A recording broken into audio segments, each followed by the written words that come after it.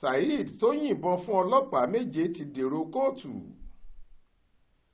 Adájọ́ ilé-ẹjọ́ májísírèètì kan nílùú Òṣogbo, ìpínlẹ̀ Ọ̀ṣun ti pàṣẹ pé kí wọ́n lọ́ọ́ fi ọkùnrin ẹni 40 ọdún kan Saheed Karim pamọ́ sọ́gbà ẹ̀wọ̀n nílùú Iléṣà lórí ẹ̀sùn pé ó yìnbọn lu ọlọ́pàá méje lásìkò wàhálà tó ṣẹlẹ̀ nílùú Ifọ̀n àti Ìlobù.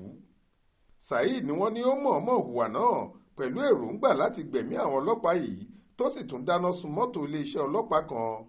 Lára àwọn ẹ̀sùn tí wọ́n fi kan olùjẹ́jọ́ ni pé ó ń gbébọn rìn, bẹ́ẹ̀ ló sì ń kó àwọn nǹkan ìjà olóró káàkiri eléyìí tó fi ń da àwọn èèyàn ìlú Ìlobù láàmú. Gẹ́gẹ́ bí ìwé ìpẹ̀jọ́ náà ṣe wí, láàrin ọjọ́ 17 oṣù kẹsàn-án sí ọjọ́ 4 oṣù kẹwàá ọdún yìí ni olùjẹ́jọ́ hùwà búburú náà. Nínú ìdájọ́ rẹ̀, onídàájọ́ Olúṣẹ́gun Ayílára pàṣẹ pé kí wọ́n lọ fi Saheed pamọ́ sọ́gbà ẹ̀wọ̀n ìlú Iléṣà.